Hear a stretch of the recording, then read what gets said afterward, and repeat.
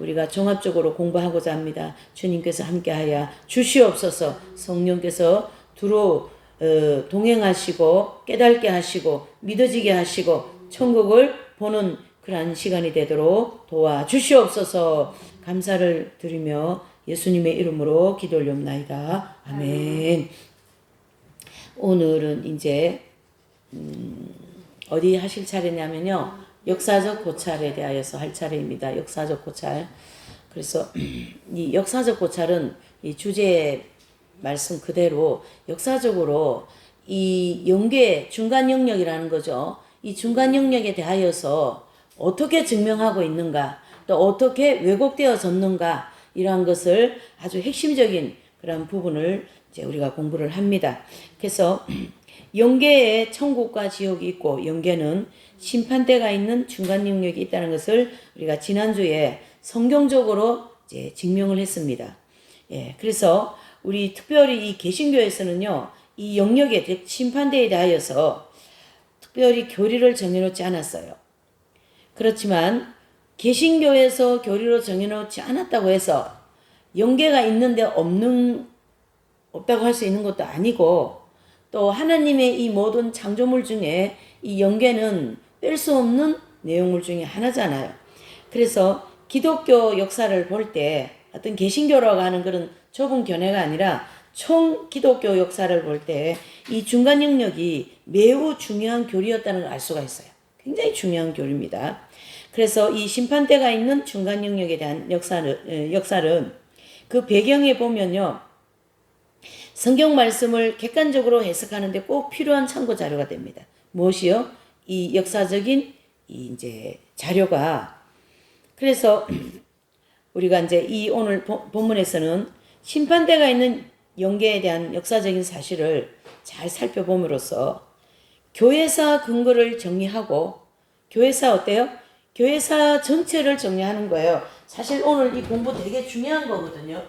영계가 있다 그러니까 영계가 있나 보다, 이런 막연한 것이 이렇게 우리가 이 교회사 중심으로 영계의 중간 영역, 즉 심판대라고 하는 이 중간 영역이 있다는 것을 더 증명할 수 있다라는 거죠.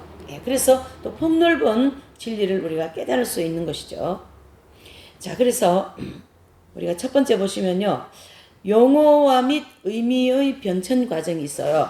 그래서 이 용어는 중간 영역에 대한 용어가 초대교회에도 있었습니다. 초대 교부들 내지는 중세 교부들에게도 있었는데, 그 교부들을 중심으로 이것이 점점 발달을 하는 거죠. 그래서 점점 발달을 해서 의미도 발달해서 변천되고 단어도 발달되어서 다른 단어를 쓰게 됩니다. 자, 그러면 거기서 보시면 심판대가 있는 영계의 중간 영역에 대한 개념은 히브리어로 뭐라 그러셔요? 스올이라는 단어를 쓰고 있어요. 스올. 예. 그 다음에 헬라어로는 하데스라는 단어를 쓰죠. 또 간혹 지옥이라는 그런 이제 말을 쓰기도 하는데, 우리가 지난주 공부한 것처럼 이 중간 영역이 지옥입니까? 아니잖아요. 그래서 초대교회 때는 잘못 적용을 하여서 이 중간 영역을 지옥이라고도 표현했다, 이런 뜻입니다. 지옥은 아니라는 얘기예요. 또 구약시대에 보면 초기에 이곳이 반드시, 구약시대는 악한 자들을 위한 어떤 하나의 형벌 장소가, 또 어둡고 암울한 장소로 죽은 자들이 공통적으로 가는 곳이다, 이렇게 여겼어요, 구약시대는. 그래서 구약에서도 천국도 아니고 지옥도 아닌 이 중간 영역이 있다라는 것을 이분들도 좀 희미하게 알게 된 거죠. 정확하게 아는 게 아니라. 그런 상황에서 신약에 들어왔고, 또 BC 3세기부터 유대문학에서는요, 사후의 보응에 대한 믿음이 표현되기 시작했어요. 보응. 그러니까 그 믿음이 이제 있는데, 잘 믿으면 하나님께서 우리에게 이렇게 좋게 보응을 해주신다. 나쁜 짓 하면은 하나님께서 거기에 따르는 보응을 한다. 이런 보응의 원리 있잖아요. 그것이 언제부터 발전됐냐면 3세기부터 발전됐어요. 그것도 어디예요? 유대문학에서부터 시작하였어. 그래서 이 영역에서는 의인들은 낙원을 기다리는 동안 생명수 샘물로 새롭게 되고, 그때는 이렇게 이제 생각하고 있었다는 얘기예요. 또 악인들은요, 심판을 받을 때를 기다리면서 어디에 억류되어 있는 곳으로 기록하고 있었던 거예요. 또 부활과 영생에 대한 사상을 발전하는데 이 하데스는 죽은 자들의 일시적인 거주지, 즉 의인들은 죽음으로부터 부활할 때까지, 악인들은 불못에 들어갈 때까지 머무르는 장소다. 이렇게 얘기했다는 얘기예요. 무슨 말이냐 하면요. 이제 여기 이제 보시면 구약 내지는 이제 신약 3세기 요렇게 이제 초대에는 이 중간 영역을 많은 사람들이 모여 있다가 한꺼번에 심판을 받는다. 이런 생각을 했다라는 뜻이고, 또 이제 믿는 자들은 의인들은 죽음으로부터 부활할 때까지, 악인들은 불못에 들어갈 때까지 여기서 머무는 장소다. 어디 가요? 요 장소는 그런 장소다라고 생각했다는 얘기예요. 예. 그러나 상당히 근접된 생각이긴 하지만 아직 이렇게 잘 정리가 되어 있지 않는 거죠. 자, 이러한 개념이 계속 발전이 되어 나옵니다. 그래서 하데스라고 하였던 이 영계의 중간 영역에 대한 이 개념은 초대 교회 시대 초기에는 중간 상태라는 말을 썼어요. 무슨 상태요? 중간 상태. 여기서 중간 영역이라는 이 말을 썼다라는 거죠. 왜 그러냐면 이분들도, 이 학자들도 이 장소가 이 빛이 밝은 하나님의 나라라는 영역도 아니라는 걸 알고 있고, 그렇다고 완전한 암울한 장소라고 하는 이 지옥도 아니라는 걸 알고 있는 거예요, 이분들이. 그러는 상황에서 어떻게 해요? 이 중간에 있다 해서 말을 중간 영역이라는 단어를 썼다라는 거죠. 지금부터 쓴 게 아니라 그 옛날에도 썼다, 이렇게 볼 수가 있습니다. 그래서 중간 상태라는 표현을 쓰게 되고, 또 이 중간 상태라는 것은 영혼이 사망과 부활 사이에 존재하는 일부 영역을 의미한다. 맞잖아요. 그렇죠? 그러나 이제 거기 머물러 있다가 심판을 받는다. 이런 거는 틀립니다. 제가 만약에 지금 죽었어요. 그러면 영혼이 빠져나가서 제일 먼저 들어가는 곳이 이 중간 영역, 이 중간 영역이거든요. 여기에 들어와가지고 그 영혼이 심판을 받고 자기의 갈 길을 가는 거예요. 그래서 계속 어떻게 해요? 지금도 심판 때는 진행되고 있는 진행형이다, 이래 봐야 됩니다. 모여 있다가 한꺼번에 심판받는다. 이것은 이제 그때 당시에 좀 부족한 그런 생각들이죠. 자, 그래서 이 중간 상태라는 것은 영혼이 사망과 부활 사이에 존재하는 일부의 영역을 가르치게 합니다. 그래서 초대 교부 저스틴 마트라는 분이라든가, 또 이레니우스, 또는 토툴리안, 노바티안, 오리겐, 니사의 고레고리, 암브로스의 어거스틴, 이러한 분들은 다 초대교회 교부들을, 그러니까 이제 12제자를 다음으로 나온 분들이 다 초대 교부 내지는 속사도, 이렇게도 얘기합니다. 그래서 이러한 분들은 다 이 중간 상태를 어떠한 장소라고 생각했냐면요, 정화의 불, 그런 개념으로 이제 그런 중심으로 발전을 시킨 거예요. 네.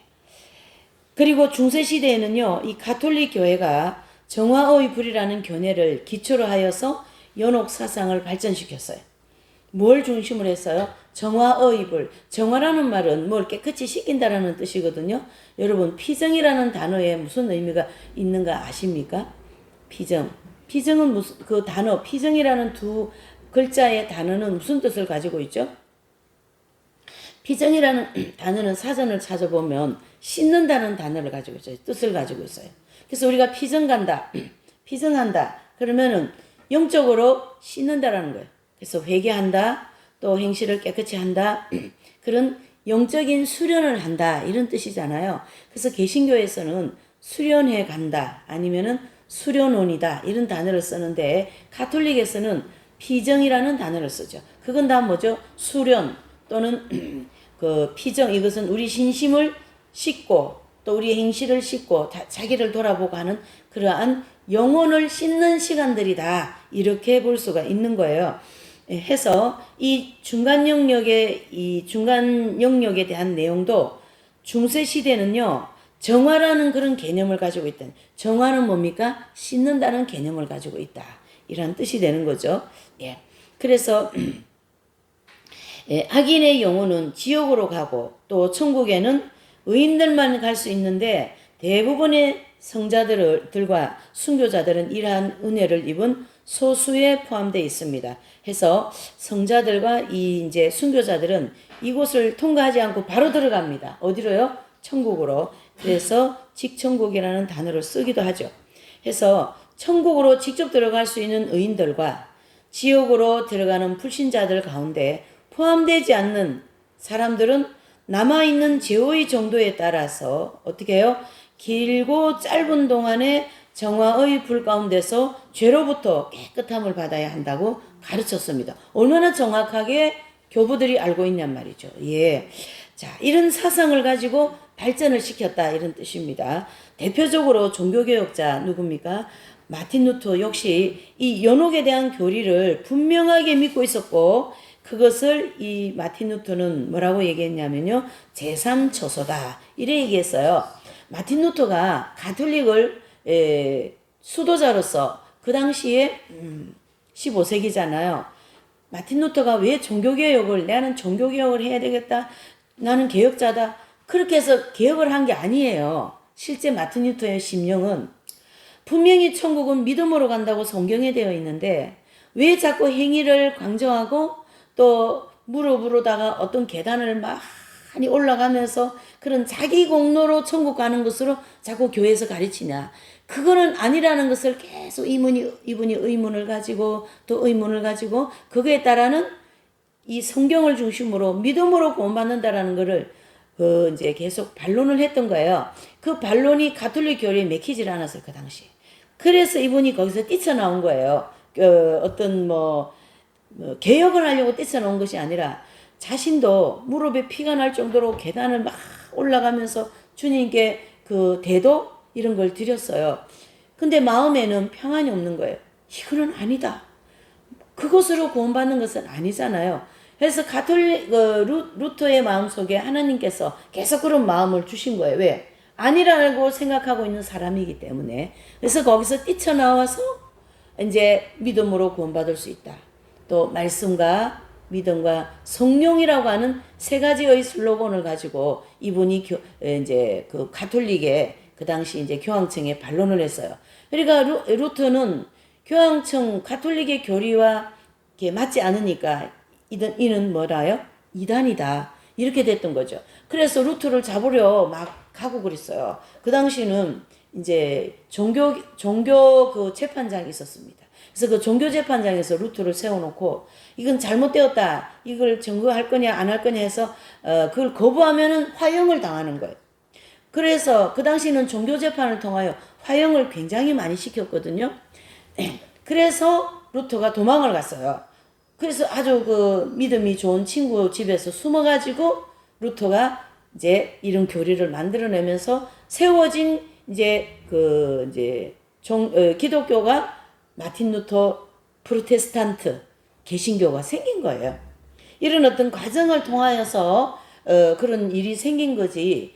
무턱대고 수도자를 그만두고 수도회를 뛰쳐나와서 결혼을 하고 그건 아니라는 얘기죠. 그래서 하나님께서 이런 어떤 가톨릭이 너무 면죄부까지 가면서 영혼을 그렇게 이제 팔고 또 교리에 맞지 않는 왜곡되는 일을 하기 때문에 하나님께서 그 루터라는 사람을 세워서 새로운 그런 이제 믿음 구원받는다. 또 이제 이제 가톨릭도 그것이 아니라는 것을 새로운 이 교부들을 통해서 토마스 아켄피스나 이러한 위대한 그러한 이제 성직자들을 통해서 하나님은 이제 하나님의 진리를 바로 세우신 거였던 거예요. 예. 자, 그러면 또 이제 번째가 이제 마틴 루터 얘기가 나왔기 때문에 조금 얘기한 거고요. 자, 두 번째로 보시면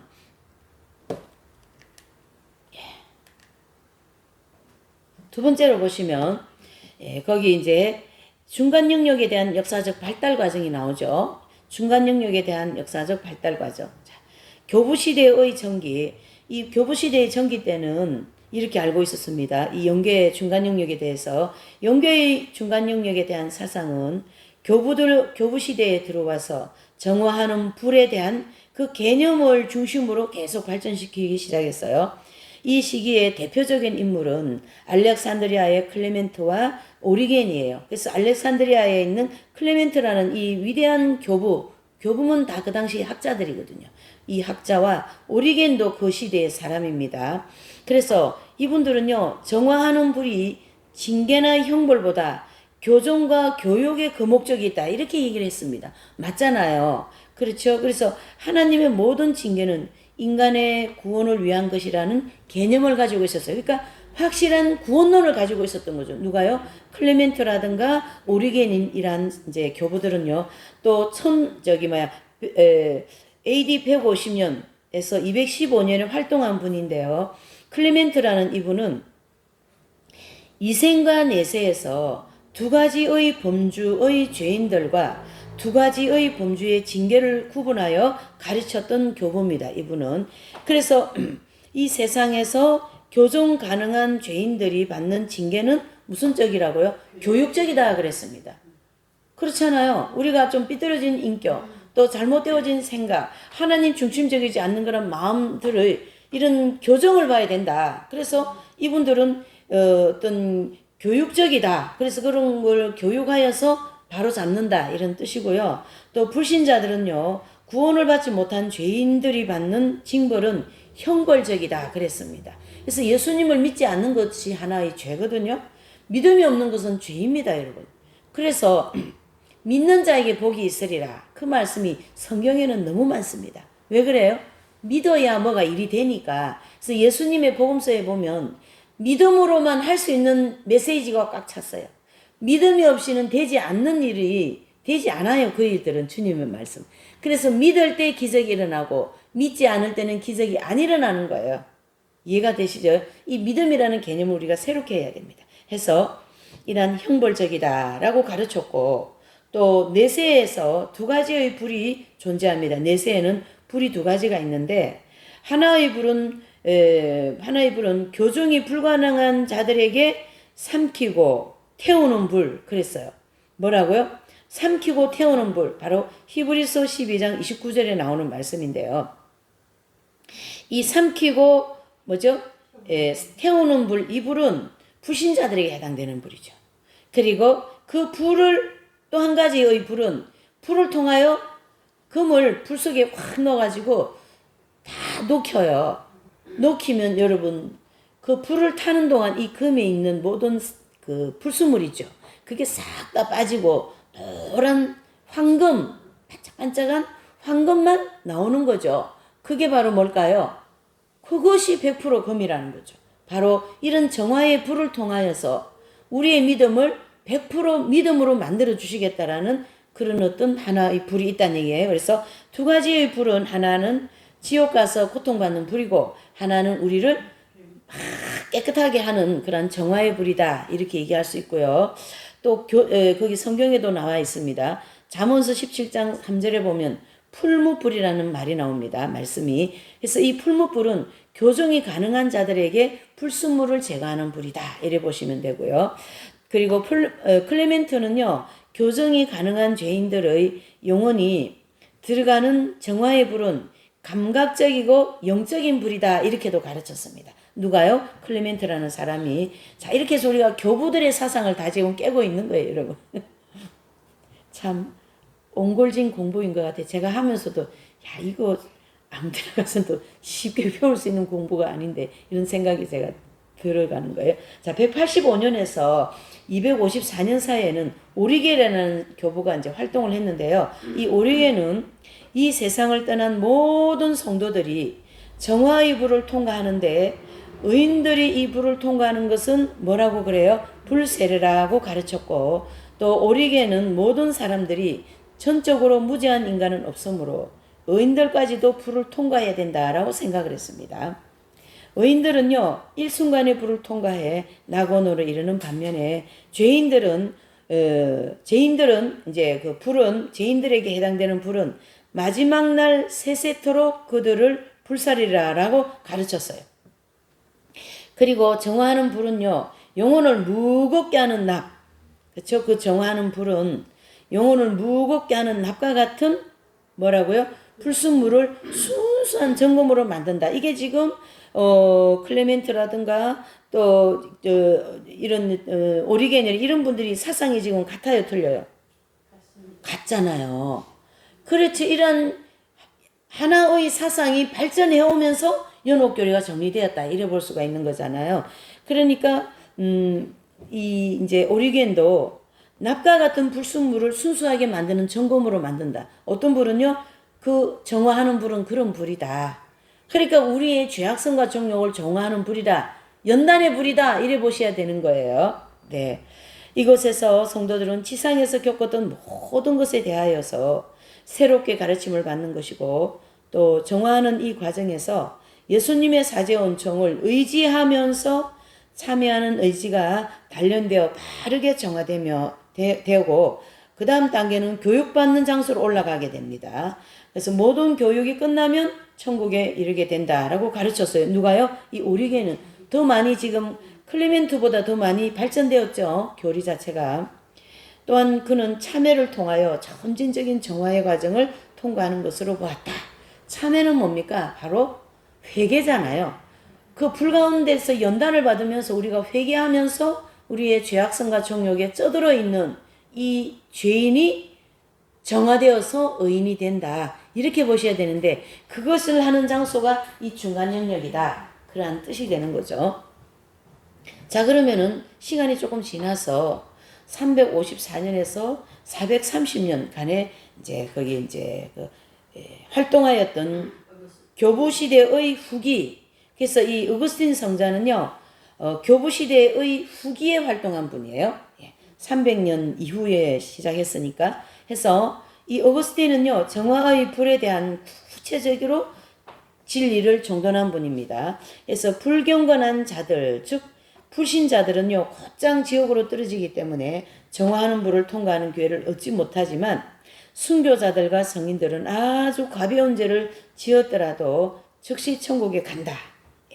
그러나 그는 예수님을 믿지만 이 땅에서 온전히 정화되지 못한 자들에 대하여 설명을 하는데요. 이 어거스틴은 이들은 정화하는 불을 통해 온전히 구원이 이룰 수 있으며, 또 지옥으로 가는 사람들과 비교해 볼 때 그 숫자가 많다 작다? 숫자가 많지 않다 이런 뜻이에요. 그래서 천국 가는 사람들이 그래 많지가 않아요. 지옥 가는 사람들은 여러분들이 감정도 듣고 뭘 듣고 많이 알고 계세요. 왜요? 막 이 낭떠러지 여기 떨어진 여기가 다 지옥인 거예요. 밑에는 지금. 근데 여기에 막 우두두두둑 떨어지고 있다라는 걸 여러분들이 다 알고 계셔요. 지옥이 이렇게 많이 간다라는 거. 근데 천국은 그렇게 많지 않다. 천국 가는 사람들이. 우리가 예수님 믿어보니까 예수님 믿는 게 그래 쉬운 일이 아니라는 걸 알 수가 있는 거죠. 그런 원리를 적용해 볼 때 이 말이 맞다라고 이제 생각이 되는 거죠. 그래서 이 어거스틴 성자는 이 정화하는 과정을 거기 보시면 정화하는 벌, 그렇죠? 정화하는 고통, 정화하는 불 그렇게 표현을 했습니다. 해서 영원한 형벌과 대조하면서 일시적인 벌과 교정적 불, 그리고 속죄의 불이다, 벌이다 이렇게 얘기했어요. 속죄의 벌이 뭡니까? 예수 그리스도의 십자가를 통하여 믿는 자로서 온전하게 살지 못한 것에 대한 속죄를 하는 그러한 벌이 있다. 그 벌을 받으면서 뭐 합니까? 회개하면서 정화되어 가는 거죠. 그래서 이 어거스틴 성자는 이 불은 아주 고통스럽지만 지옥의 불처럼 영원하지는 않다. 맞아요? 틀려요? 예, 그렇죠. 그리고 이 지상에 있는 동안 많은 공덕을 쌓았다면 고통이 감소될 수도 있다. 이런 생각을 가지고 있었던 거예요. 이분도요. 예. 고통이 뭐 될 수 있다요? 예, 감소될 수 있다. 네. 이러한 공덕을 일반적으로 하나님을 지향하는 삶을 통하여 철저한 참회와 선행을 함으로써 얻어진다. 이런 생각을 했고요. 또 이 어거스틴 성자도 고린도후서 5장 10절의 말씀을 인용하면서 각 사람이 내세의 위로 또는 화를 입는 것은 항상 이생의 삶에 좌우된다. 정확하게 깨닫고 있는 거죠. 그렇죠? 우리가 중간연계 심판대에 가서 하나님 앞에, 즉 어디예요? 그리스도의 심판대 앞에 모두가 선다고 이제 고린도후서 5장 10절에 말씀하거든요. 그런데 그 삶에 좀 이제 그 강한 고통과 좀 덜한 고통 그 모든 것은 이 땅의 삶을 기준으로 그게 좌우된다라는 얘기예요. 네. 아무것도 자신이 이 세상에서 게을리한 것은 게을리한 것을 죽은 뒤에 하나님으로부터 얻을 수가 없다라는 거예요. 게을리한 것은 주님 뜻대로 잘 살지 못했다라는 것입니다. 믿음 가운데 온전히 살지 못했다라는 그런 모든 것은 하나님 앞에서 얻을 수 없다. 상급이 없다라는 거예요. 상급이 없다. 거기서 영혼들은 육신에 가는 동안 스스로 얻은 분깃에 따라 합당한 대로 안식이나 고통을 맛보게 된다. 분깃이 뭘까요? 여러분, 이 분깃에 대해서 제가 설명을 하나 할까요? 이 사람은 주님을 위해서 한 것이 없기 때문에 받을 분깃이 있다 없다? 없는 거죠. 이 땅에서도 주님을 위해서 많은 헌신을 하고 희생을 하고 하였다면 이 땅에서도 하나님이 너의 그 아름다운 분깃으로 내가 이렇게 축복해 주마. 이런 원리가 적용이 되는 거예요. 근데 이 땅에서도 예수님을 믿으면서도 교회는 다니면서 주님을 위해서 행한 분깃이 별로 없습니다. 하니까 이 땅에서도 어떻게 해요? 별로 축복을 못 받는데요. 우리가 이 땅에서는 우리가 보이는 게 많기 때문에 아이고 저기는 저런데 그 말은 틀렸어. 그리 얘기할 수가 있는데 그렇지 않습니다. 주님이 내가 너에게 이러이러한 축복을 주겠다 하면서 만약에 돈을 100을 줬다. 근데 100을 가지고 나는 이걸 가지고 내 거를 만들고 땅을 사서 좋은 걸 만들고 뭐 이렇게 해서 그렇게 쓴 거예요. 만약에 이제 쉽게 얘기하면. 근데 어떤 분은 100을 가지고 이걸 가지고 내가 교회를 짓고 뭘 하고 선교를 하고 하나님 나라를 위해서 사용한 것을 이렇게 딱 두 사람이 하나님이 주신 분깃을 사용하는 것이 다르게 나온 거죠. 하나님은 그 분깃을 가지고 사용한 만큼 하나님 나라를 위해서 사용한 만큼 어떻게 해요? 이 땅에서도 축복하고 천국 가서도 축복을 하시겠다 이런 입장이십니다. 그런데 그것을 자기 거를 많이 축적하고 한 것은 거기에 따르는 축복은 있다 없다? 없다라는 거죠. 그와 같이 분깃이라는 것이 있다라는 거예요. 그래서 이 진리에 대해서도 그렇습니다. 여러분, 진리에 대해서도 많이 깨달아지는 사람이 있어요. 그게 맞아. 오늘 이 중요한 이거 지금 이 연결은 이 역사적인 이 변론을 제가 좀 심도 있게 하려고 마음을 먹었어요. 특히 개신교회는 이거를 듬성거리고 아니라고 그러고 이단이라고 그러고 또 가톨릭도 지금 이게 너무나도 이 본래의 교리와 비껴나가 있는 거예요. 그래서 우리가 이 공부하는 이 시간을 아주 구체적으로 공부를 하자고요. 그래서 확실한 진리를 가지고 하나님이 주신 이 분깃이에요. 우리에게 오늘 지금 이 분깃으로 주님을 위해서 열심히 더 많은 분깃을 얻을 수 있는 그러한 여러분들이 되시길 바랍니다. 그래서 여기도 게을리하면서 사는 사람이 있고 주님을 위하여서 온전히 그렇게 사는 사람이 있는 것에 따라서 자신한테 주어지는 분깃이 다르다. 또한 이 지상에서 환난은 정화하는 불의 초보적인 형태입니다. 이 땅에서 이미 정화가 시작되었고 현세에서 환난이야말로 중요한 정화의 과정이라는 개념을 함축하고 있어요. 그래서 무슨 뜻이냐면 이 땅에서도 이 정화하는 불이 이미 시작되었다. 여러분 이렇게 아프고 저는 지금 여기가 되게 쑤시고 아프거든요. 되게 아파요.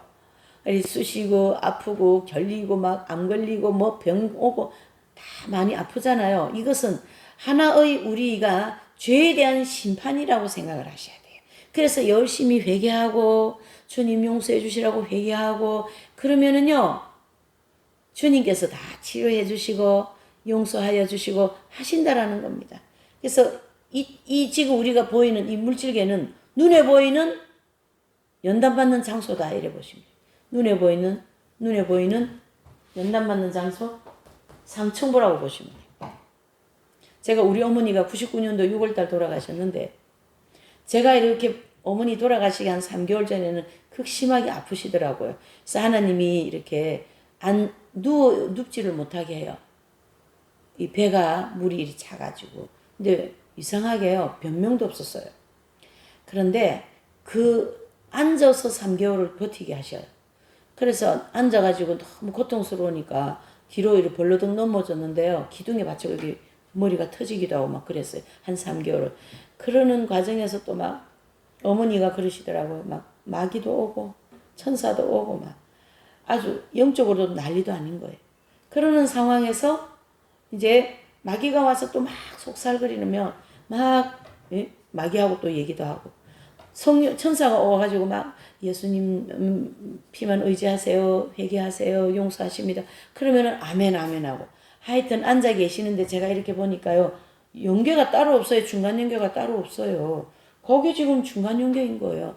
그래서 마귀도 있고 천사도 있고 하나님의 말씀도 있고 예수님의 십자가의 보혈도 있고 한 곳이 여기에요. 여기가 연옥이잖아요. 정화하는 장소. 여러분. 그래서 오늘 우리가 고통 속에 있고 아픔 속에 있고 이걸 다 뭐예요? 우리를 정화하기 위해서 주신 하나님의 아름다운 선물입니다. 그래서 제가 옛날에 제가 잠을 좀 많이 못 자는 지가 오래되거든요. 근데 막 잠을 못 자고 그러니까 힘들어서 기도를 부탁했어요. 계시 은사가 있는 분들한테 기도를 부탁했어요. 그러니까 주님께서 저에게 선물로 줬다 그러시더라는 거예요. 선물. 아유 주님 감사합니다.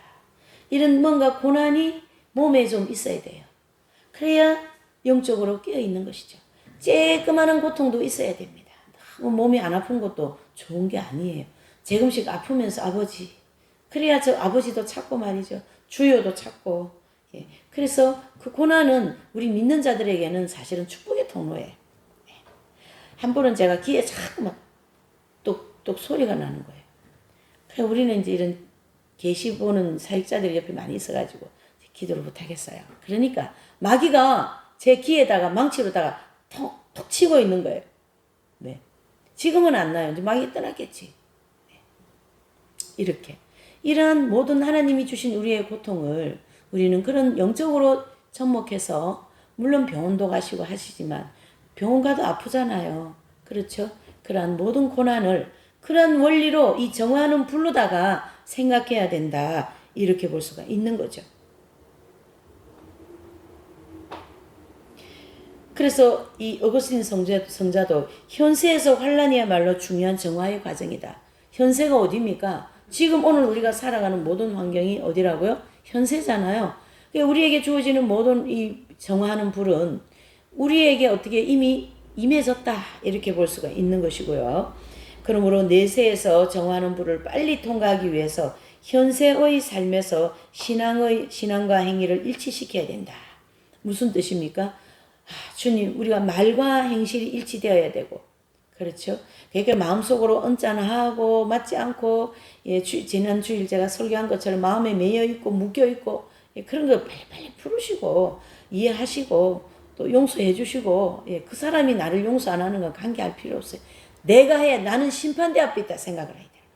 그래서 미운 사람, 미운 시어머니, 미운 친정어머니, 미운 동생, 미운 남편, 못마땅한 그런 다 어떻게 해요?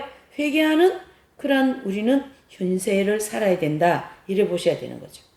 그러므로 내세에서 정화의 불을 빨리 통과하기 위해서는 현세의 삶에서 신앙과 행위를 일치시켜야 되고요. 단지 외적인 자선 행위만 가지고 충분하지 않습니다. 철저한 뭐가 필요해요? 참회, 즉 회개를 통해 자신의 삶이 본질적으로 변화되어야 된다. 뭐 쪽으로요? 본질적으로 변화되어야 된다. 그래서 거기 보시면요. 신국론이라는 책이 있는데요. 그 신국론 책 21권과 26장에 보면 이 중간 영역에 이 정화하는 내용을 참 잘 기록하고 있는데요. 거기서는 이렇게 얘기합니다. 영원한 형벌과 정화와 구원을 위한 불을 구분해야 된다. 영원한 형벌은 뭘까요? 바로 지옥을 가르쳐 얘기하고 지옥에서 이글이글 타는 불. 또 정화와 그 구원을 위한 불은 무슨 불일까요? 우리를 연단을 시켜서 금 같은 믿음을 만들어내시는 구원의 불이다. 이래 보셔야 되는 거죠. 그렇죠? 그래서 이 땅에서 환난 가운데 참여하며 더욱 하나님께 나가는 자들은 정화가 되는 거고 정화의 불은 일종의 일시적인 지옥도 같이 아주 고통스럽습니다. 또 현세의 어떤 고통보다 극심합니다. 자, 보세요.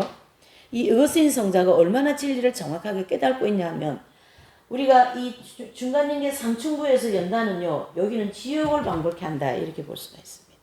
그래서 입신을 하여서 갔다 오신 분들이 여기를 보고 오신 분들이 좀 많이 계세요. 개신교 분들이. 근데 여기를 보니까 다 지옥인 거예요.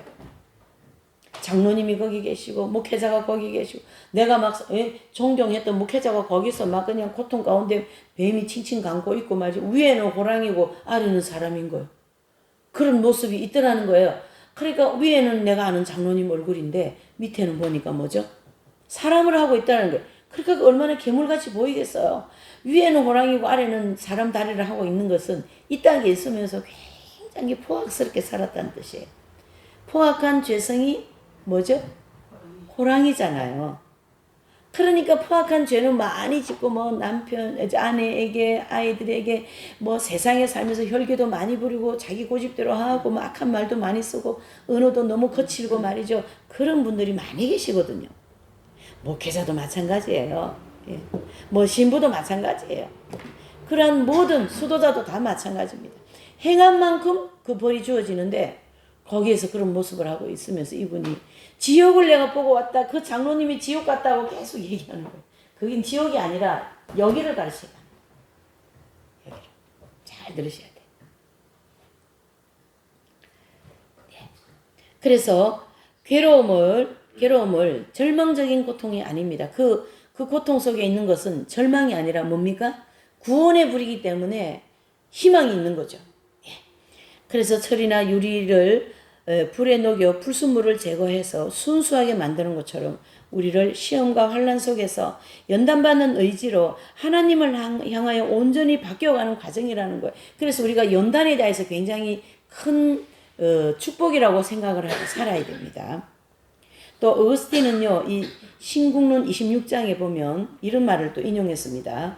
고린도전서 3장 13절 15절에 보면 공력을 밝히리니 이는 불로 나타내고 이런 말씀이 나오거든요. 자, 이 공력을 밝히리니 이것은 바로 정화의 불, 즉 육신의 죽음과 부활 사이에 중간 시기에 이루어져 있다. 뭐예요? 육신의 죽음과 부활 사이는, 부활은 천국 가는 얘기를 얘기하잖아요. 그래서 우리의 죽음과 천국 가고 사이에 뭐가 있습니까? 중간 시기, 즉 정화하는 시기가 있다, 이런 뜻이고요.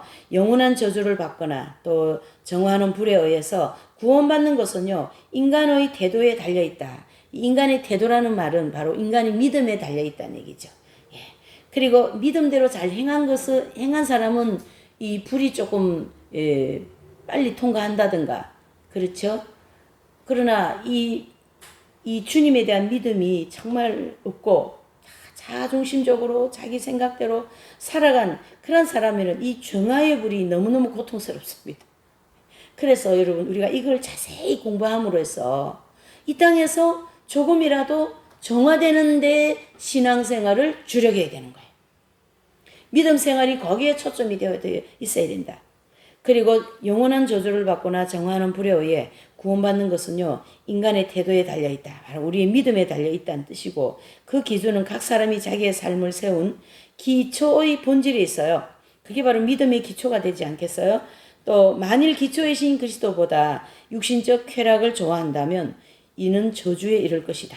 그러나 쾌락들을 약간 탐닉하였지만 그것들을 기초이신 그리스도가 자리에 놓일 정도는 아니라면 정화의 불에 의하여 구원된다. 바로 믿음이라고 하는 이 믿음이, 우리가 이제 이 핵심제를 공부 많이 했지만 아이들과 같은 믿음, 청년과 같은 믿음, 아비들과 같은 믿음이 있다고 그랬잖아요. 그러한 믿음의 정도에 따라서 이 모든 불이 접목이 된다, 그런 뜻입니다. 그래서 구원을 가져다 줄 수 있는 유일한 기초는 어디입니까? 그리스도. 자, 그리스도 하면 우리가 믿음이잖아요. 해서 어거스틴은 이렇게 구체적이고도 분명하게 정화의 불에 대해서 언급하고 있습니다. 자, 그 다음에 540년에서 604년에 활동하신 어거스틴 다음에 대고레골이라는 사람이 계셔요. 이분도 그 당시 이제 그 학자이신데요. 알렉산드리아의 클레멘트와 또 오리겐에 이어서 어거스틴은 정화의 불에 대한 개념을 굉장히 구체적으로 체계화시켰고, 그리고 고레고리 때부터 그 이후 12세기까지죠. 시간이 많이 흐르죠. 12세기면 까지도 정화의 불에 대한 개념을 이제 변화가 없었어요. 뭐죠? 교리가 제대로 잘 왔어요. 언제까지요? 12세기까지. 자, 그레고리의 그는 정화의 불이 있는 장소적인 것은 글쎄 관심을 가졌어요. 그래서 그는 정화의 불에 대해서 시간과 장소를 구체적으로 제시해서 교회의 연옥신앙을 공인된 교리로 만드는 데 중요한 기틀을 만든 아주 중요한 분입니다. 네. 대고려고리 이분이 자 보시면 정화의 불은요 천국에 들어가기 위해 인간의 불순물을 제거하고 정화하는 것에 그 목적이 있다. 차츰 이 개념은 형벌과 징계를 지나치게 강조하면서 왜곡되기 시작한 거예요. 언제부터요? 약 12세기부터. 형벌과 그 어떤 그 이제 그 징계를 너무 지나치게 강조하다 보면은 하나님의 진리가 왜곡되는 경향이 있는데요. 오늘날 모든 하나님의 복음이 너무 이 땅에서 축복받는 것으로 치우쳐 있기 때문에 기복주의적인 신앙이 나온 거예요. 그것만 가르치고 그것만 설교하고 그것만 말씀을 전하니까 모든 성도들이 이 땅에서 물질적인 복이나 모든 복을 많이 받아야만이 나는 하나님 앞에 제대로 복을 받았다. 이렇게 살고 있는데 그러한 믿음적인 그 사상을 가지고 있는 사람은 믿음이 왜곡되어진 사람들이에요. 사실은 성경에서 딱 비춰보면요. 하나님은 그런 분이 아니시거든요. 이 땅에서 뭐 잘 먹고 잘 살아야지 믿음이 좋다라는 것은 성경에 아무데도 없어요. 그만큼 지금도 이 중세보다 더 왜곡되어 있어요. 복음이. 그래서 하나님께서 이 복음이 너무나도 이 땅에서 축복받고 이 땅에서 잘 되는 거 그런 것으로 지금 왜곡되어 있기 때문에 이것을 뒤집는 그런 하나님의 역사가 있을 겁니다. 그래서 우리에게 지금 세게 연단을 주시잖아요. 코로나니 뭐 백신이니 이런 어떤 거짓말, 잘못되어진 이런 어떤 어둠의 세력을 통하여 우리가 계속 뭘 맞고 있어요? 얻어맞고 있잖아요. 몽둥이로다가. 신천지의 몽둥이로다가 엄청 맞고 있잖아요. 아니 이단 교리 하나 그거를 이렇게 딱 정리하지 못해서 계속 교회가 지금 침입을 받고 있죠. 왜 그래요? 교회가 영적으로 잠을 자기 때문에. 그게 바로 기복주의에 쩌들어 있어서 그렇다. 이래 보셔야 됩니다. 이게 진리가 하나 나오면요. 진리는 계속 연결이 되게 돼 있어요. 어디서 딱 끊기는 게 아니라는 얘기죠. 이렇게 해서 이제 형벌을 면제받기 위한 목적을 위하여 수많은 방법을 동원시킵니다. 무엇을요? 형벌을 면제받기 위하여서 이 연옥 교리를 계속 뭐 자꾸 이렇게 변천을 시키는 거죠. 잘못되는 교리로 간다. 방법을 동원해 하나님 진리에는 방법을 동원하면 절대 안 돼요. 하나님의 진리는 이렇게 변합니까? 안 변합니까? 변하는 거는 진리가 아니죠. 변하지 않는 것만이 진리인데 그게 바로 복음이라는 것이고 예수님이 말씀하신 것이 진리라는 거죠. 근데 이때는 그런 자꾸 인간적인 방법을 동원하는 거죠. 왜요? 그런 그 정화하는 고통을 좀 이렇게 덜 고통받게 하려는 그런 자꾸 왜곡을 시키는 거예요. 그러다가 차츰 교부들이 견해와는 전혀 다른 인위적인 방법을 동원하여 결국 면죄부 판매까지 이르게 됩니다. 자, 거기 보시면 대고려고리 이후에 있었던 정화의 불에 대한 왜곡된 사상들을 보면요. 673년에서 735년에 활동한 베다라는 그 신학자가 있었어요. 베다. 이거는 이제 교회사 공부하면 다 나오는 분들입니다. 네. 베다라는 분이 계신데 그분의 강화집에 보면 죽은 자들을 위해 산자들이 행하는 고행, 즉 신실한 친구들이 드리는 대도의 중요성을 말한다. 특히 정화의 불에 머무는 기간은 대도를 통해 단축될 수 있다. 이렇게 왜곡시킨 거예요. 그래서 이 베다라는 사람은 그 당시에 아주 왜곡되어진 진리를 통해 많은 영혼들에게 악영향을 미친 학자예요. 신학 그 당시에. 그래서 베다의 영향으로 정화의 불에 대해 왜곡되어진 견해를 가진 사람은 할버슈타트라는 그 할버슈타트에 있는 하이몬이라는 사람이 있는데요. 이 사람도 이제 8세기에서 853년에 활동하신 분이에요. 그래서 이분도 그는 정화의 불에서 머무는 기간은 신지들이 드리는 기도와 자선행위, 금식, 눈물, 미사, 봉헌 등에 의해 단축될 수 있다라고 말씀을 하고 가르쳤습니다. 자, 이 베다라는 사람과 하이몬이라는 사람이 사상이 같아요? 틀려요? 같은 거예요. 지금 계속 왜곡으로 가고 있고요. 또 투르네의 시몽이라는 사람이 있는데 이분은요. 1201년에 활동하신 분인데요. 이분은 살아있을 때 공덕을 충분히 쌓아두면 죽은 뒤에 교회의 대도에 힘입어 연옥으로부터 완전히 벗어날 수 있고 또 심지어는 연옥에 들어가지 않을 수 있다라고 주장합니다. 굉장히 많이 지금 비껴나왔죠. 원래의 연옥 교리의 본질에서 벗어났다 이런 뜻입니다. 이러한 왜곡된 사상의 영향을 받아 정화의 불이 가지고 있던 본래의 목적이 영혼의 정화보다 형벌과 징계라는 개념으로 바뀌게 되었고 이것이 후에 면죄부 판매의 기초가 되어버립니다. 그리고 정화되는 이 기간에 대해서 초기 교부들과 어구스틴으로부터 시작되어 수세기에 걸쳐 내려왔던 것으로 정화의 불에서 보내는 기간이 죄의 경종에 비례한다고 이제 했습니다. 그래서 연단받은 정도에 따라 나머지 연단을 받는다 이런 개념을 가지고 있어야 돼요. 이 땅에서 어느 정도 한 50% 정화되었는데 거기 가서 또 용서받은 거를 또 주님이 캐내지 않는다라는 거죠. 그래서 무조건 만약에 우리가 아마 이 시대에 가장 여성들이 많이 짓는 죄, 물론 남성들도 많이 짓는 죄겠죠. 가장 많이 짓는 죄는 아마 낙태가 아닐까 싶습니다. 이 낙태가 지금 장난이 아니에요.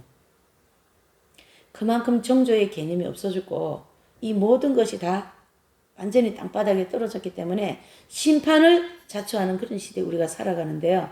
이 낙태되어진 아이들은 처음부터 영원히 천국을 갑니다. 그 아이들은 지옥 보낼 수가 없어요. 전혀 자신들의 의지와 관계없이 어머니 뱃속에서 전부 다 그렇게 살인을 당한 거잖아요. 이거를 크게 생각하는 데는 가톨릭이고 개신교도 이제 이것이 아니다라고 이제 얘기를 합니다. 그래서 낙태 반대를 하지만은 이 세상의 죄악의 물결이 너무나도 강하고 제가 아는 집사님 한 분이 산부인과 의사인데 이분이 이 공부를 하고는 자기가 양심에 바쳐서 도저히 뭘 못해요? 산부인과 그 병원을 못하는 거예요. 근데 이제 병원을 운영을 하는데 낙태를 안 하는 병원을 운영을 하는 거죠. 낙태를 안 하면 병원이 운영이 안 된답니다. 그래가지고 개인 병원을 하시다가 종합병원으로 들어가시더라고. 안 돼요, 병원이. 이런 공부를 하고 어떻게 낙태를 합니까? 그렇죠? 그렇게 되어 있다라는 거죠. 그래서 이제 그 베다 내지는 하이몬 또 시몽 이러한 사람들은 다 왜곡되어진 이 교리를 더 많은 사람에게 알리고 그렇게 하면서 많은 영혼들을 잘못되어진 신앙으로 이끌어간 사람이기 때문에 상당히 악영향을 미친 교회사의 인물들이죠. 자, 그렇다면 중세시대 12세기에 들어와서 연옥교리는 더 확립되었는데 그것은 연옥을 부인하는 자들로부터 교리를 지키기 위함입니다. 그래서 앞에 요한 베다, 하이몬, 트르네의 시몽 이런 사람들이 자꾸 왜곡된 이 교리를 사람들한테 알리니까 이 중세 이제 그 교부들 베르나르도라든가 이런 분들이요 거기에 맞서 가지고 진리를 반박한 거죠. 아니다 이렇게 나온 거죠. 그래서 특히 11세기에 말에 활동한 발도파라는 카타리파가 있어요. 자, 이 발도파와 카타리파는 뭐냐면 그 당시도 파가 많았어요. 예수님 당시도 바리새파, 에세네파 이런 사두개파 이런 파가 많은 것처럼 이때도 파가 많았는데요. 그 파 중에 파바들 중에 발도파와 카타리파가 있었어요. 이 사람들은 굉장히 영적으로 고행도 많이 하고 아주 열심히 사는 분들인데요. 이분들이 추구하는 교리는 연옥이 없다라고 추구를 한 거예요. 그래서 그 당시에 이단으로 정죄됐어요. 자, 보세요. 연옥 교리를 인정하지 않으면 그때는 다 이단으로 정죄됐어요. 지금은 뭡니까? 연옥 교리가 있다 그러면 또 이단으로 정죄해버리네.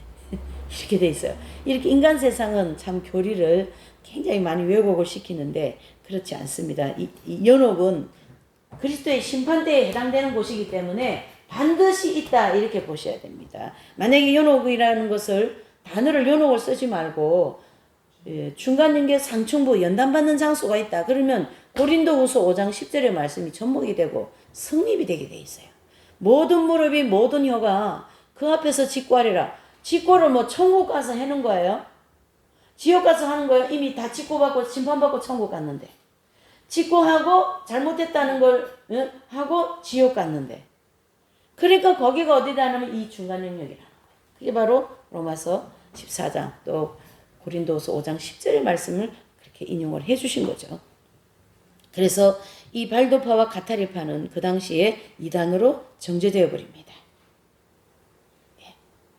그리고 이 이제 1192년에 활동한 베르나르도 이 아주 영적으로 이긴 자가 되어진 그러한 이제 그 교부 내지는 또 성인이신데요.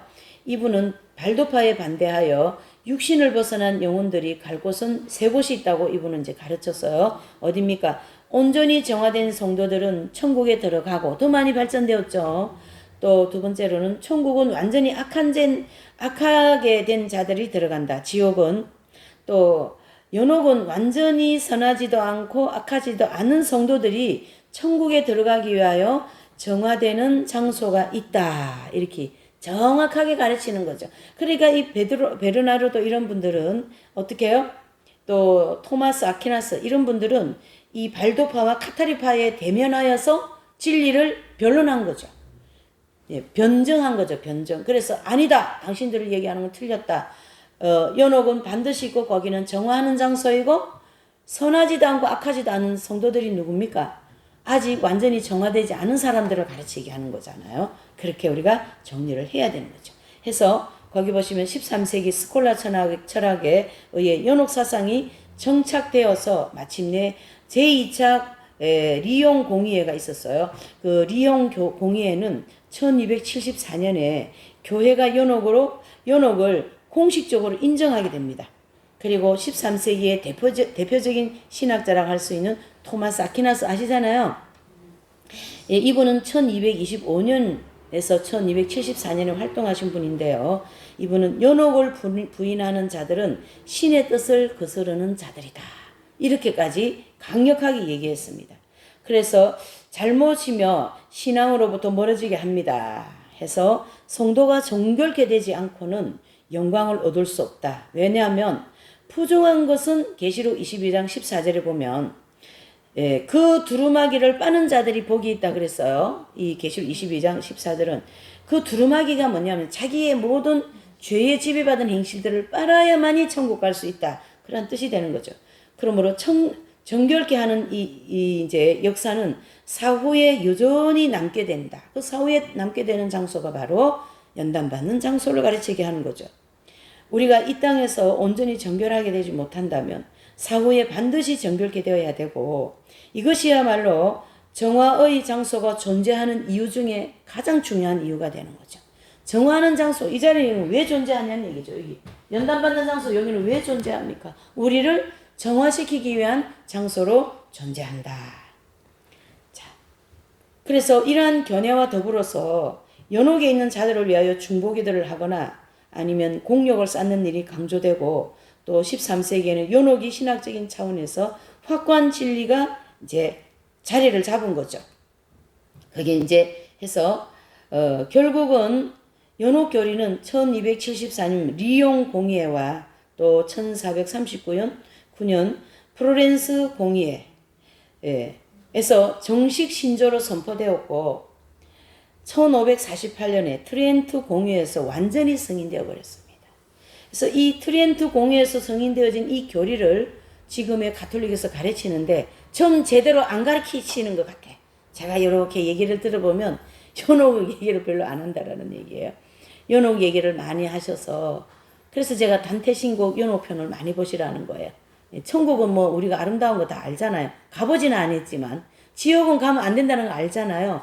그러면 우리가 지금 가장 지금 피부로 와닿는 게 이 중간연계 상층부 여기를 많이 알아야만이 교만하니까 목이 막 이 찌 올라가고 막 혈기 부리면 막 이빨이 막 도라쿠라 같이 나오고 말이죠. 괴물같이 되어버리는 거예요. 그러니까 혈기 부리면 용서해달라고 그러고 교만하지 않게 해달라고 그러고 기도를 하는 거죠. 왜 이 땅에 아직 우리가 이 정화되는 시간들이 우리에게 자꾸 주어지니까 말이에요. 이런 신앙으로 갈 수 있도록 우리를 이끌어 가야 된다. 이렇게 보셔야 되는 거죠. 가톨릭에서 선포한 연옥은 정화의 불을 바탕으로 하고 있지만 비성경적으로 인위적인 내용이 많습니다. 인위적인 것은 이 땅에서 당신을 위해서 기도 많이 해주면 구원받는다. 그게 아니고 그 영혼이 연단을 잘 받을 수 있도록 기도해드리는 거예요. 만약에 우리 옆집에 내지는 내 지인이 지금 남편이 암이 걸려있고 집안은 막 풍지박산돼 고통받고 있잖아요. 그러면은 그 지인을 위하여 내 형제 자매를 위해서 기도해 주잖아요. 그와 같은 입장이에요. 그래서 우리가 기도를 많이 그 집을 그 영혼을 자녀를 또 뭐 지인을 위해서 기도를 하면 하나님께서 그에게 자비를 베푸신다. 긍휼을 베푸신다.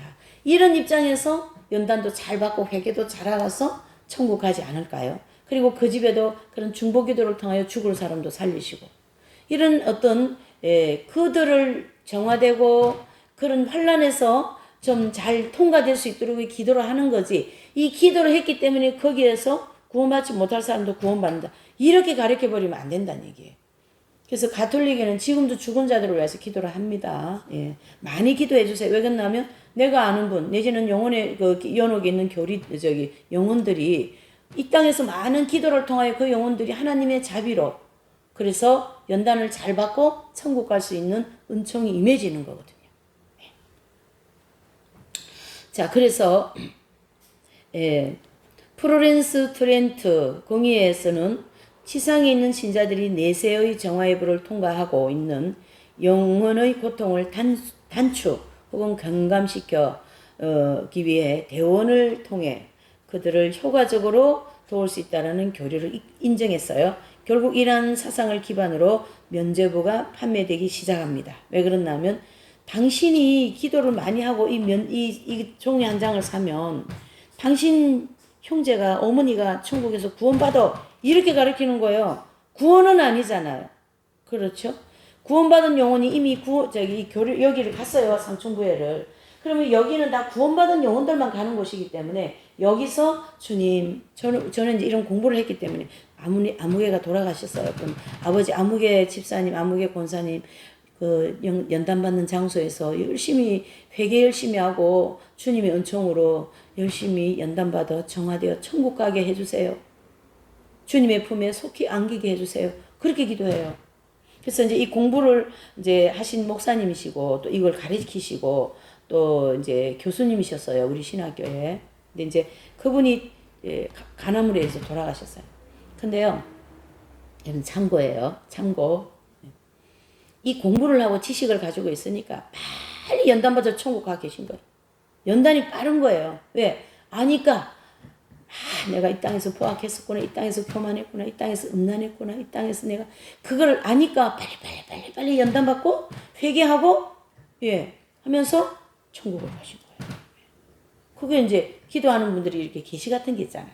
그런 걸 통해서 알게 되는 거죠. 참고로 근데 그게 부인할 수는 없는 얘기들입니다. 이런 원리를 적용해 볼 때. 자, 이렇게 해서 교부들이라든가 토마스 아퀴나스, 클레멘트 이러한 위대한 교부 내지는 중세시대에 하나님을 가장 잘 믿고 또 이 교리를 확립하였던 이러한 모든 그 이제 신학자들은 반드시 온전히 정화되지 않은 사람들은 이런 연단받는 장소 중간 영역에 있는 곳을 통과해서 간다라는 것을 우리가 좀 정리를 해보았고요. 자, 종교개혁 시대에 보시면 면죄부 판매와 연옥 교리에 대한 악용한 그런 내용이 9세기부터 회교들과 전쟁에서 죽은 군인들은 영혼을 사면하게 하는 제도가 생겨났습니다. 이게 바로 십자군 전쟁을 통하여 일어나는 이제 사건들이거든요. 그래서 제11세기 이후 십자군 전쟁에 참여한 사람들에게 참회의 고행을 면제해주기 위하여 속죄장을 발부하게 됩니다. 왜 그러냐면 그 십자군 전쟁에 동원시키기 위해서 이런 것을 만들어서 막 발부를 시키는 거예요. 자, 12세기 이후에는 전쟁에 참여하지 않은 사람도 돈으로 면죄부를 살 수 있고 1393년에 교황이죠. 보니하티우스라는 교황이 있었어요. 보니하티우스. 이분이 속죄장을 대대적으로 발매하면서 널리 보급하기 시작하였습니다. 또 속죄부는 13세기 스콜라 철학의 공덕의 창고, 교리를 통하여 더욱 크게 왜곡되었고요. 예수님과 마리아가 선행을 통해 이룩한 공덕이 하늘에 닿고 또 성도들도 성자들도 큰 공덕을 가지고 있는데 이 공덕은 자신의 구원뿐 아니라 다른 사람에게도 나눌 수 있다라고 가르친 거죠. 그래서 1474년에 교황 시스투스라는 4세라는 분이 계시는데요. 이분은 면죄부를 연옥에 있는 영혼들에게까지 확대시켜 가지고 1500년대 교황청의 중요한 수입으로 만들어냅니다.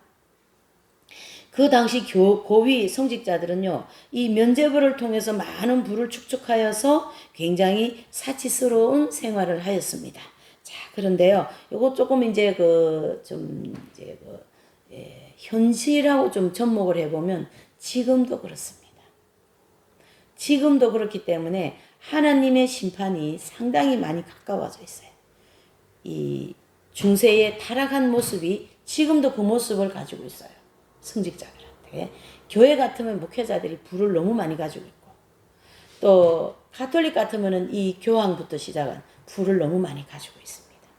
여러분, 시대가 역사를 우리가 꼭 이 교회사 역사가 아니라도 우리 조선의 역사도 고려가 망할 때 가장 많이 부패되어 온 것이 그 당시에 불교였어요. 그래서 그 절간에 가면은 금이 막 방마다 가득가득 차 있었답니다. 땅이 막 엄청 많았답니다. 원리가 다 같은 거죠. 왜요? 인간 욕망이 가득 차 있는 인간이 사는 세상이기 때문에. 망할 때는 꼭 부가 축적이 되는 거예요. 이사야 선지자 시대도 마찬가지입니다. 네. 이렇게 하나님께서 지금은 이 부가 너무 많아요. 그래서 다 들으셨잖아요. 뭐 금이 어디 뭐 많이 있다며요. 네. 그래서 이러한 이제 시간을 지내면서 면죄부가 아주 대대적으로 그러한 성직자들의 사치스러운 생활이 함께 되면서 종교개혁의 촉발점이 된 것은 알브레이트라는 사람이 있는데요. 이 알브레이트라는 사람은 1490년에서 1545년에 이제 담당하고 있던 교구에서 면죄부를 판매했던 일인데요. 이것은 당시 타락한 교회의 실상을 아주 모델적으로 보여주는 하나의 장면인데 1513년에 알브레이트는 마그델버그의 대주교가 됩니다. 마그델버그의 그 지역의 대주교가 되고 그 다음에 마인츠 대주교로 선출이 돼요. 그때 그의 나이는 몇 세예요? 23세입니다. 예. 그래서 이 나이가 이리 어릴 때는 주교가 될 수가 없는 거예요. 법적으로. 근데 이분이 돈이 많았던 것 같아요. 그래서 대주교로 자격 연령이 미달이 되었는데도 1교구 이상이 금지되어 있었는데 3교구를 담당했다는 얘기예요. 그래서 교황은 이러한 불법적인 다교구 겸임을 묵인해주는 대가로 많은 뭐예요? 돈을 요구하게 되고 알브레이트 대주교는 고리대금 업자로부터 돈을 빌려서 교황청에 바치기도 하고 그리고 그는 면죄부를 판매하여서 그 돈을 마련하기로 하였고 또 그 판매금은 교황청 반 또 우리 반 이렇게 반분하여서 나누기도 하고요. 이러한 내막을 숨기고 그 당시 교회를 이제 수리한다라는 교회가 누구 교회죠? 베드로와 바울 시대의 대사원을 수리한다는 그러한 구실로다가 면죄부를 판매하도록 담당자들을 교육을 시키기도 하고요. 네.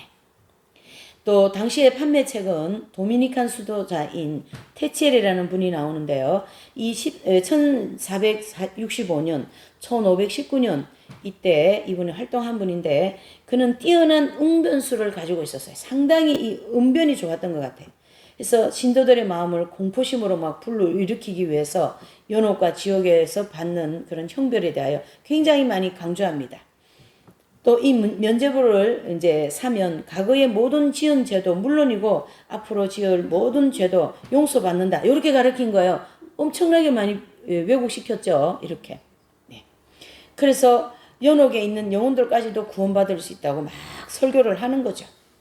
그래서 그는 동계짝의 속으로 들어가 짤랑 소리가 나자마자 영혼은 연옥에서 해방됩니다. 거기서 뛰쳐나옵니다. 이렇게 설교했다는 얘기예요. 그 당시의 분들은 이 성경을 읽지 못하잖아요. 다 이렇게 이제 원어로 되어 있기 때문에. 그래서 이 신부님들이 미사 드리는 곳으로 다 거기서 은혜를 받는 거예요. 근데 이러한 설교를 해버리면 성도들은 거의 다 99%다 넘어가게 돼 있어요. 모르니까. 참 안타까운 일이죠. 그들은 그 적은 돈으로 그대들의 부모를 무거운 그 연옥의 불에서 건져낼 수 있다. 이렇게 하고 또 불구하고 비통 중에 있는 부모를 구출하지 않고 배은망덕하게 할 수 있습니까? 면죄부를 사세요. 이렇게 해서 매상고를 올렸다는 얘기예요. 이와 같이 중세 말기에는 면죄부 제도가 크게 악용되었지만 시행되었던 초기와 중기에는 면죄부를 얻도록 하기 위해 죄에 대한 진정한 참회와 고해성사의 의무를 다하도록 가르침으로써 죄를 지은 신자가 하나님께 용서를 받고 또 교회 생활을 참여할 수 있도록 돕는 역할도 한쪽에서는 했습니다. 반드시 한쪽이 썩으면 한쪽은 또 밝게 나오는 거거든요. 그러나 15세기 중엽 이르러 면죄부가 교회의 주요 수입원이 되었기 때문에요. 면죄부의 그 효과에 대하여 굉장히 과대하게 설명을 하게 되죠. 이러한 과정에서 무지한 이 신도들은 면죄부를 사기만 하면 구원받는 것처럼 혼돈되었고 또 결국 이 알브레이트의 그 면죄부 사건이 생기게 되어진 것이죠. 자, 이런 환경에서 누가 나옵니까? 루터가 나오는 거죠. 루터가 이건 아니다. 면죄부를 팔고 구원과 연관이 되고 또 우리의 행위에 대한 구원에 연관이 되고 그런 내용들이 그 당시에 얼마나 많이 있었겠어요. 말로다가 다 표현을 못하는 거죠. 그런데 그러한 것을 이 루터가 보고는 아하 이거는 아니다 하면서 이제 루터는 이제 그 까닭은 복음이 전할 목적으로 1517년 10월 31일 비텐베르고 대성당에 95개조 반박문을 거기다 붙여 게시판에다가 95가지의 반박문을 써서 거기 붙였다 이런 뜻이 되죠. 그래서 거기에 주요 내용은 연옥에 대한 교리를 악용하여 면죄부를 판매하는 것에 대한 비판과 오직 하나님의 은혜와 또 인간의 죄가 완전히 사해줄 수 있다라고 얘기한 거예요. 누가요? 루터는. 그래서 95개 조문을 분석해 볼 때 연옥 교리를 악용하는 것에 대하여 비판하였지만 연옥 자체를 부인한 것은 아니잖아요. 그렇죠? 이 루터는 연옥에 대한 그 교리와 신념이 굉장히 좋은 사람이었어요. 왜 그러냐면 이 땅에서 정화되지 않으면 거기 가서 정화해야 된다는 걸 분명히 알고 있었기 때문에 속죄 온천과 믿음으로 나의 모든 죄를 용서받아야 된다라는 진리를 가지고 있었던 거예요. 왜 그러냐면 성경에 나와 있으니까. 이해되시죠? 그래서 그 95개 중에 여기에 몇 가지가 나와 있어요. 여기 교재에 보시면 이제 다 이렇게 시간이 없으니까 못 보고 그거 10번에 나와 있는 거 한번 보실까요? 읽어보시죠. 시작. 죽은 다음에 가는 영혼의 벌을 교회법으로 가감할 수 있다고 주장하는 사제들은 무식하고 뭐 한다요? 악한 자들이지. 거기 보면 18번에 나와 있어요. 시작. 연옥에 있는 영혼들이 그곳에서 벗어나기 위하여 하나님의 뜻을 행하거나 사랑 안에서 성장할 수 없다고 주장하는 것은 성경에서적이나 이성적으로 근거는 없는 일이라. 그런 게 근거 없는 거죠. 예. 또 22번을 한번 보실까요? 사실상 교황은 교회법에 따라 이 세상에서 받아야 할 형벌을 연옥에 있는 영혼들에게 적용하면 면제해 줄 수는 없다. 그거는 안 떠나는 거죠. 맞죠? 그 다음에 이제 27번을 한번 볼까요? 연복에 안에 던진 돈이 딸랑 소리를 내자마자 영혼이 연옥에서 풀려난다고 말하는 자들은 인간의 교훈을 가르치는 것이다. 맞습니까? 네. 35번. 연옥의 형벌로부터 연옥을 속량할 수 있다고 가르치는 사람이나 교회 성사를 할 수 있는 사제로 돈을 주고 자기 마음대로 선택할 수 있다는 사람이나 구원받기 위해 회개할 필요가 않다고 가르치는 사람들은 비기독교적 교리를 어떻게 한다요? 선포한다. 82번요. 만일 교황이 베드로 성당 건립이나 아주 사소한 이유 때문에 썩어질 돈을 거둘며 무수한 영혼들을 구원할 수 있다며 그는 왜 연옥에서 벗어나고 싶어하는 영혼들을 내 절박한 필요를 들어주거나 거룩한 사랑을 실현하기 위해 연옥을 완전히 비우지 않는가. 이렇게 이제 이 이 루터는 95가지 조계문을 게시판에 적어놓고 할 때 루터는 막 잡으러 다니는 거예요. 루터를 잡아들여라 이래 됐잖아요. 그러면서 이제 도망다니 그런 그 여정이 쭉 나옵니다. 자, 이제 이렇게 지금 이 루터를 인용한 것은 어거스틴 성자라든가 베르나르도라든가 또 이 그 오리게네란 이런 초대 교부들과 중세 학자들이 잘 정돈해 놓은 이 교리를 루터가 바로 잡아야 된다 이런 뜻이고, 또 발도파나 카타리파 이런 사람은 그 교리를 없다고 내지는 왜곡시키니까 이단으로 파문되었다라는 거죠.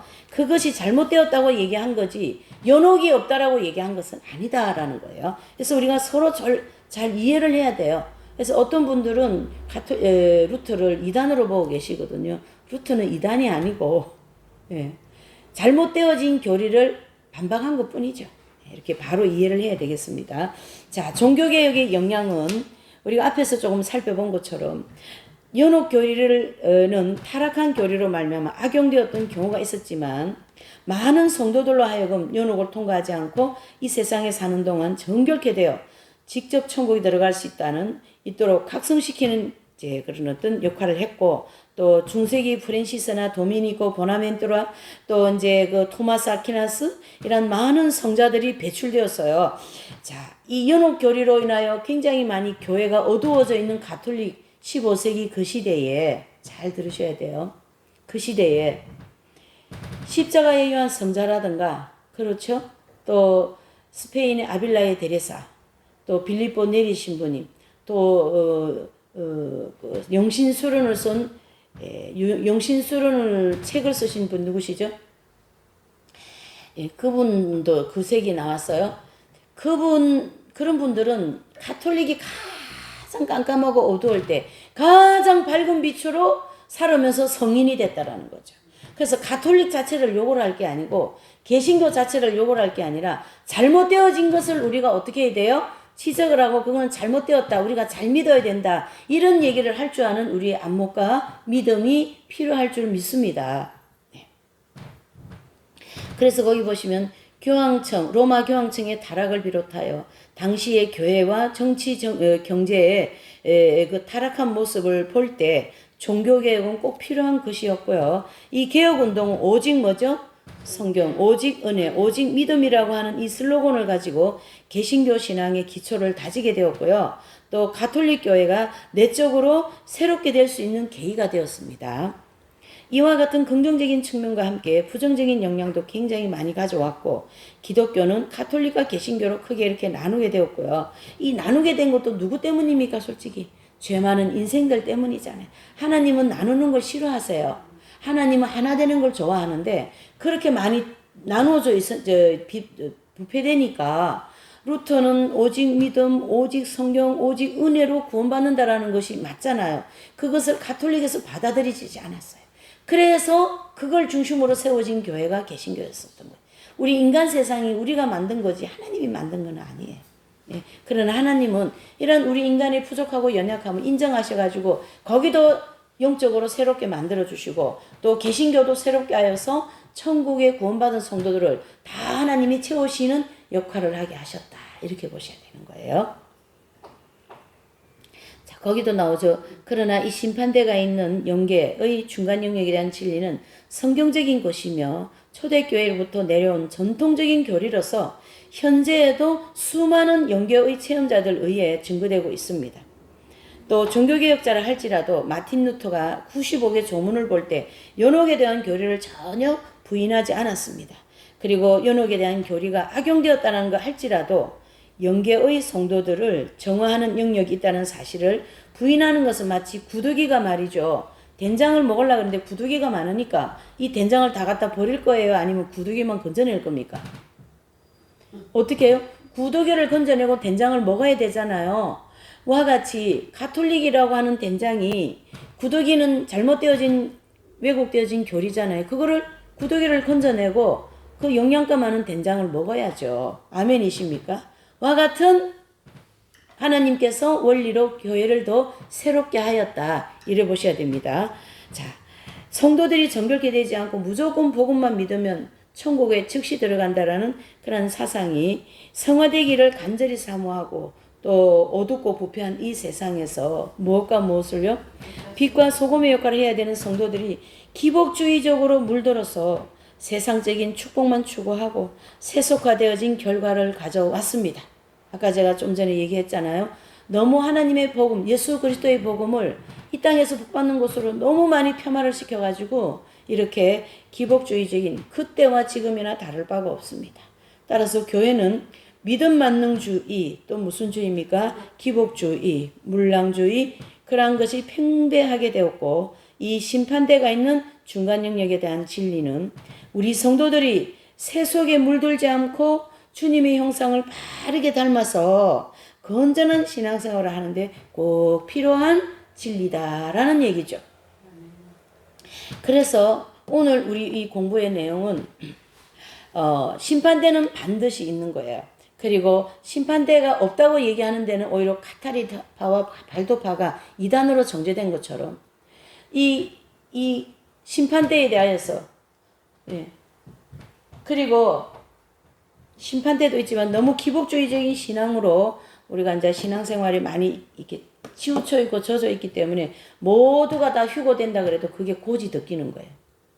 휴고라는 것은 거룩하게 되어진 성도들을 하나님이 추수하시는 그런 원리인데 아무렇게나 살고 조금 뭐 교회생활 조금 잘했는데 마음은 아주 죄가 안 벗어져 가지고 그런 사람들까지도 다 우리가 휴고되니까 걱정하지 마세요. 큰일이죠. 그렇게 가르치고 있다가 휴고가 안 되면은 이 어떻게 하겠어요, 혼란을. 하나님께서 이런 것도 이제 앞으로 다 감당하게 하시겠죠. 이와 같은 이런 대하나님의 진리가 우리 앞에 놓여 있고 또 우리 앞에 앞으로 다가올 이러한 7년대 환란과 같은 내가 지금 죽으면 이런 연단받는 장소에 들어가야 되고요. 또 살아서 이 시대에 종말을 맞이한다면 저같이 이렇게 살아가지고는 바로 천국에 바로 못 들어갑니다. 가기는 가도 나머지 죄를 닦고 가야 된다. 그런 뜻이 되는 거죠. 그래서 오늘 이 중간 영역이 있는 심판대 여기에 대해서 역사적으로 또 모든 교부들 또 그 성인 성자들이 증거한 내용들을 우리가 좀 살펴보고 증언을 하였습니다.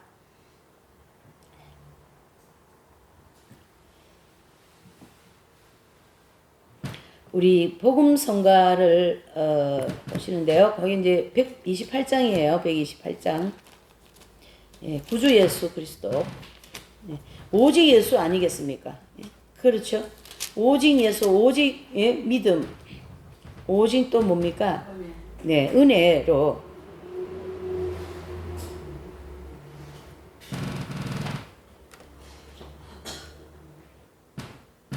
찬양을 한 장 부르시고 우리 기도하시게 하나님 바른 진리와 바른 신앙생활 또 이 땅에서 열심히 또 회개생활과 연단 잘 받아서 우리 영혼이 정화되는 은혜를 주시라고 기도하실게요. 구주 예수 그리스도 세상에 다시 오실 때 구주 예수 그리스도 다시 세상 오실 때 기쁨으로 우리 맞아 이리 같이 살게 내 영화롭고 아름다운 우리 본향 천국에서 주와 같이 영원히 살겠네. 괴로움 없고 죽음 없는 하늘나라 올라가 그 생명강 물가에서 편히 쉬게 되리라. 영화롭고 아름다운 우리 본향 천국에서 주와 같이 영 살겠네. 천국에는 해와 달과 별과 등불 없어. 하늘나라 하늘나라 큰 빛이 찬란하게 비치네. 영화롭고 아름다운 우리 본향 천국에서 주와 같이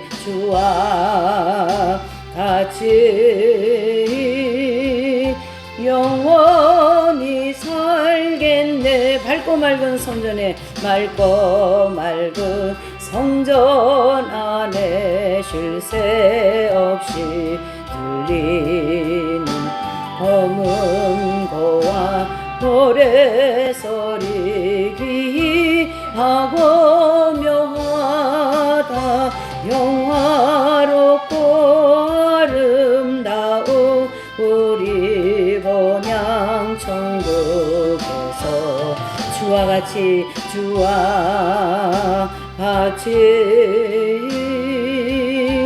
영원히 살겠네. 만국 백성 은에서 주의 보좌 들러서 천사 노래 화답하며 길이 찬양하겠네.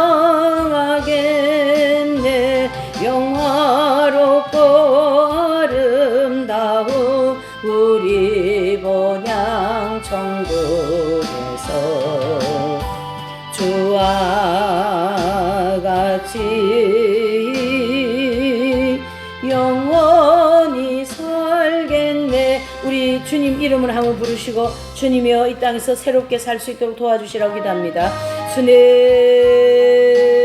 하나님 아버지여, 오늘 교회사를 중심으로 아버지여 이 그리스도의 심판대에 대한 진리를 또한 다시 한번 우리가 정돈하고 정리하였습니다. 아버지 하나님이여, 그리스도의 심판 때는 이 땅에서 잘 살지 못하고 하나님 뜻대로 온전히 살지 못한 것에 대한 아버지 하나님의 심판을 받고 나머지 연단을 받으며 정결케 되고 거룩하게 되어 하나님의 나라에 들어가는 그러한 진리가 아니겠습니까? 오 하나님 아버지여, 그 위대한 교부들과 또한 성인들의 삶을 통하여 하나님이여 우리에게 알려주셨사오니 아버지여, 하나님 말씀에 입각하여서 아버지여 모든 무릎이 모든 혀가 아버지 그리스도의 심판대 앞에 직고하며 사람이 한 번 죽는 것은 우리에게 정해져 있다고 말씀하셨습니다. 아버지여, 이 땅에서 우리가 부지런히 신앙생활 열심히 하고 믿음생활 올바로 하게 하시고 회개생활 열심히 하여서 주님 앞에 온전히 나아갈 수 있도록 도와주시고 우리 영혼이 우리 행실이 더 깨끗하게 아버지 하나님이여 불같은 연단을 통하여 깨끗이 빨아질 수 있도록 하나님 은혜를 베풀어 주시옵소서. 은혜를 베풀어 주시옵소서. 아버지여 긍휼을 베풀어 주시옵소서. 사람의 소리가 하나님의 소리를 듣게 하여 주시고 하나님의 말씀에 눈을 뜨게 하시고 또 영적인 분별력을 가질 수 있도록 하나님 아버지 은혜를 베풀어 주시옵소서. 모든 것이 나의 탓입니다. 아버지의 내 탓이오니 주여 불평하고 원망하고 하나님의 마음으로 매여있는 모든 것이 풀어지게 하시고 용서하게 하시고 아버지여 정결케 되게 하시고 부지런히 회개 생활할 수 있도록 하나님 은혜를 베풀어 주시옵소서. 주님 역사하여 주시옵소서. 아버지 도와주시옵소서. 아버지 역사하여 주시옵소서. 아버지 하나님 감사합니다. 오늘도 주님의 뜻 가운데서 아버지여 교회사 중심으로 이 그리스도의 심판대에 대한 공부를 하였습니다. 아버지여, 그 장소는 정화하는 장소이요 믿음으로 하나님이여 연단받으며 예수 그리스도의 속죄 은총으로 우리의 모든 죄를 정결케 하는 그런 장소임을 알게 되었습니다. 아버지, 이 땅에서 이 모든 것을 주님께서 우리에게 또한 허락하시고 크고 작고 작게 아프고 이런 고통들을 회개하는 생활로 다 아버지 하나님이 나아갈 수 있도록 도와주시옵소서. 우리의 악습을 고칠 수 있도록 도와주시고 우리의 은행과 우리의 생각과 우리의 모든 감정들이 예수님의 보혈의 은총으로 깨끗하게 씻겨지는 우리의 모든 신앙생활이 되도록 축복하여 주시옵소서. 주님께 이 모든 걸 감사하고 예수님의 이름으로